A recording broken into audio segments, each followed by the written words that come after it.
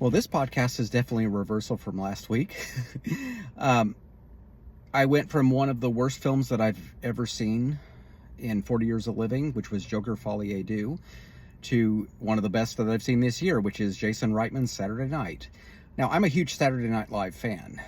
I do prefer the older seasons much more than I do the newer ones, because it seems like the newer ones had kind of a tendency to get really, really political and kind of hammer in their beliefs and so on and so forth. And, you know, I've never liked that and never found it particularly entertaining at all.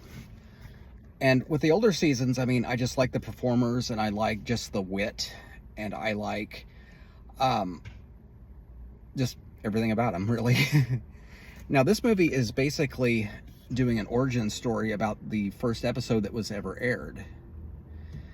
And it's done like it's a comedy. I mean, there's a lot of laughs in this, but it's also done with a fair amount of suspense, because you find Lorne Michaels and this crew of comedians trying to make it to where their show can be broadcast. And there's a lot of tension, a lot of setbacks, and a lot of indications of the possibility that they might not make it. So it's kind of a mix of both, and it's done brilliantly, I thought. Now, the actors are all great in this. The three that really stood out, the actor that they chose to play Chevy Chase, the actor that they chose to play Dan Aykroyd, and then the actress that they chose for Gilda Radner.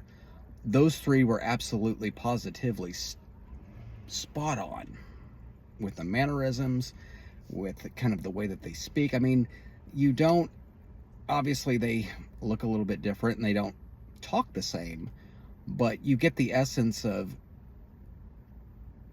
who the people are and everything. And I thought that they were all fantastic. Okay,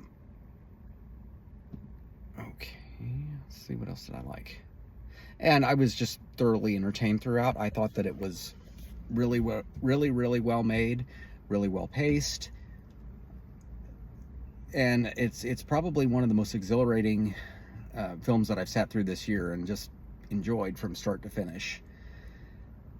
Now, it just reminded me of the old comedies from the 70s and the early 80s, the stuff like Animal House that John Landis directed. It reminded me of that.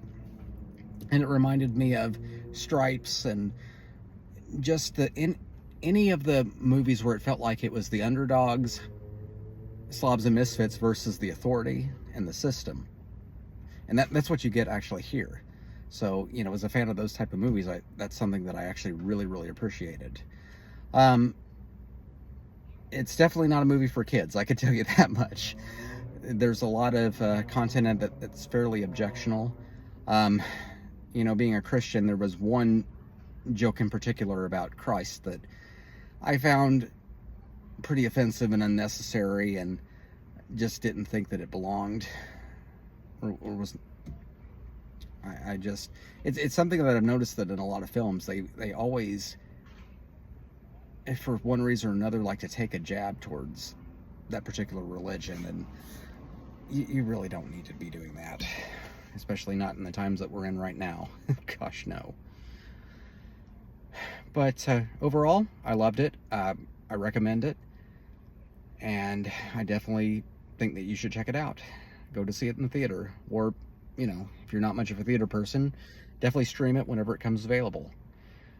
All right, so the next podcast that I'll be doing is over Wayne's World, which is a Saturday Night Live spinoff, and in my podcast, I'm going to argue why it's more or less the only good one. So, I hope you enjoyed this, and I look forward to doing the next one. Take care, guys. See ya.